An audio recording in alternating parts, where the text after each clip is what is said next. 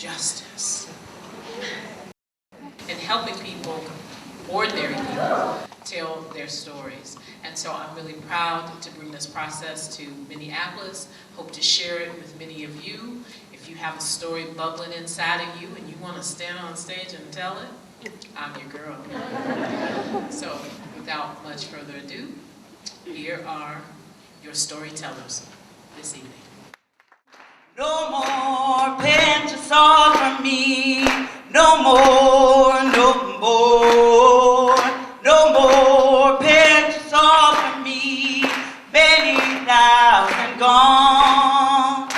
Many thousand gone. No more peck of corn from me. No more, no more. No more peck of corn from me. Many thousand gone. Many thousand gone.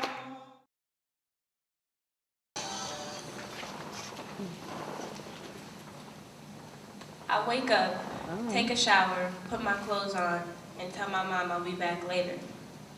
I step outside and watch my block. I nearly tripped, but keep steady as I see a group of boys walking from Far View, talking about the party they went to yesterday, knowing it was a school night. One of them had a basketball, hoping he would go to the NBA. And another had a fresh pair of J's on, talking about the ones he was going to get this weekend. But I keep steady, minding my own. I continue down Lowry. I see a young boy with a bag of hot Cheetos, and I wonder of what could be in his hands instead. I think of what that bag of chips would do to his mind, his body, and his soul. And I think of how grateful I am to have youth farm in my life. I eventually end up on Broadway and see Emerge, the place where I was introduced to youth farm, where my ideas began to change and mold, where my values changed and evolved. I stop at Avenue Eatery, my new favorite spot. I grab a veggie club and a bag of Miss Vicky's jalapeno chips. I sit in my favorite spot right next to the door and relax in the silence and just watch. I look and I see a group of young girls with crop tops and cheetah printed leggings and weave as long as their backs. And they wonder why boys come in and right back out.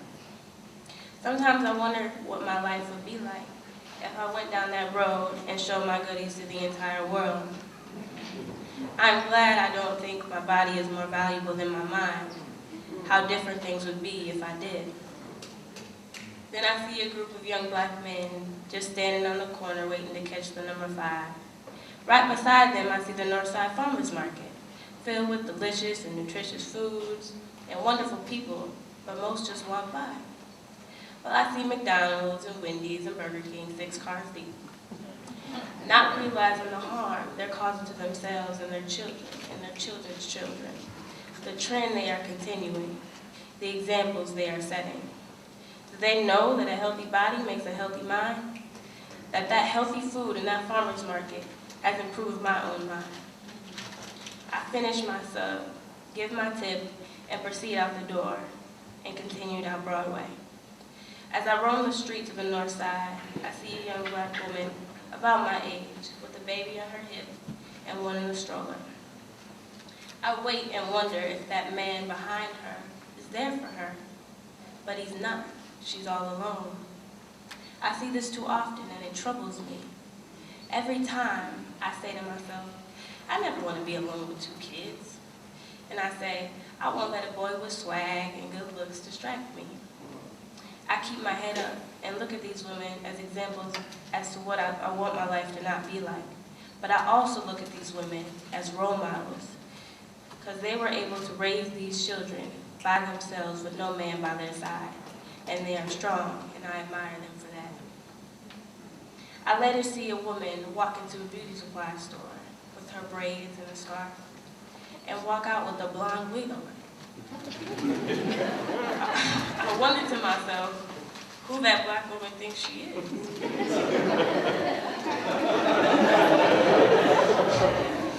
I'm glad I understand myself. I look in the mirror and I see coarse hair, not blonde Goldilocks. And I love it just the way that it is. I see black women trying to be everything but who they truly are. And this has affected my evolution as a young black woman. Eventually, I make my way to the Minneapolis school building, filled with its hardworking employees, sitting in their fancy, cozy offices, while Minnesota has the largest achievement gap between white and black students. So yeah, keep up the good work.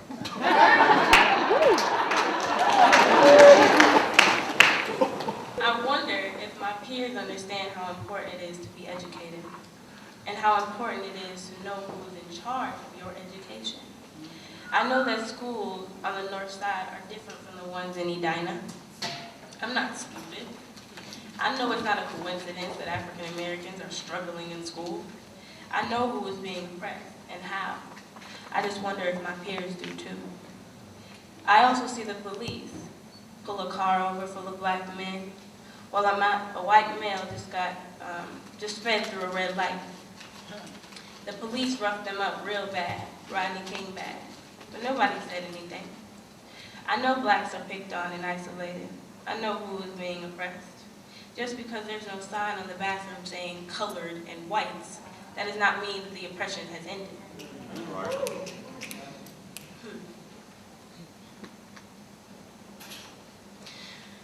I know my people haven't realized this yet. I finally make my way to the garden, where I see all kinds of lavish foods. I see cucumbers, I see collards, I see kale, I see mustard greens, carrots, potatoes, watermelons, strawberries, and peppers. But they're abandoned, and the veggies are dying.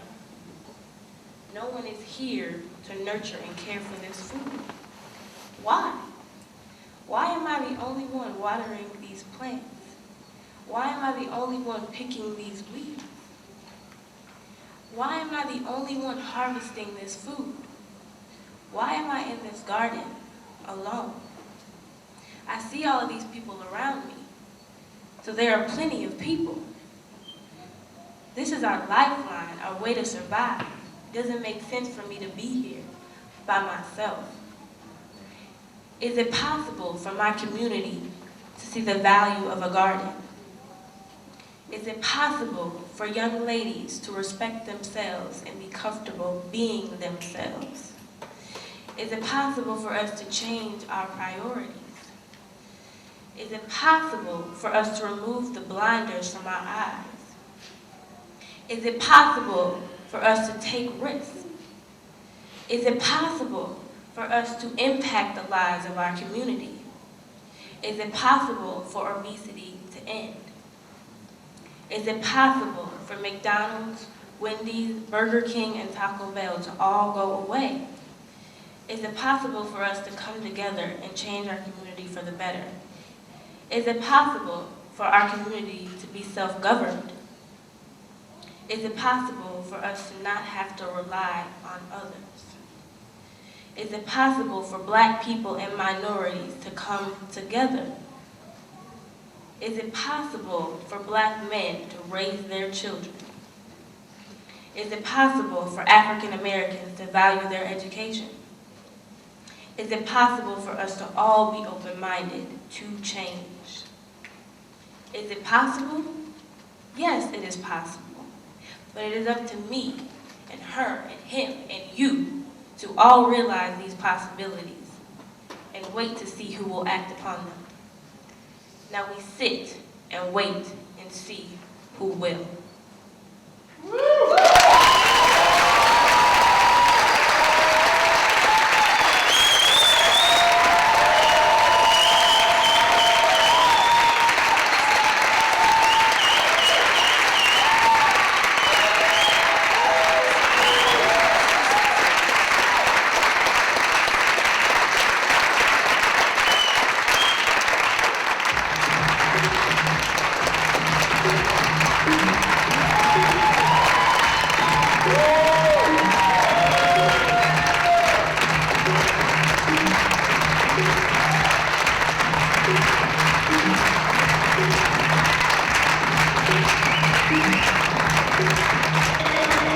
Thank you, ladies and gentlemen, for joining us for this Food Monologue. You have a raffle ticket.